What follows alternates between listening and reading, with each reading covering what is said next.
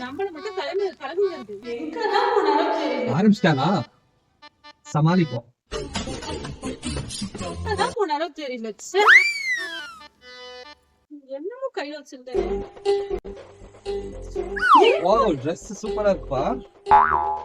நீ டிசைன் கூட நல்லா இருக்குல்ல? வாவ், நல்லா இருக்குப்பா, சூப்பரா இருக்கு.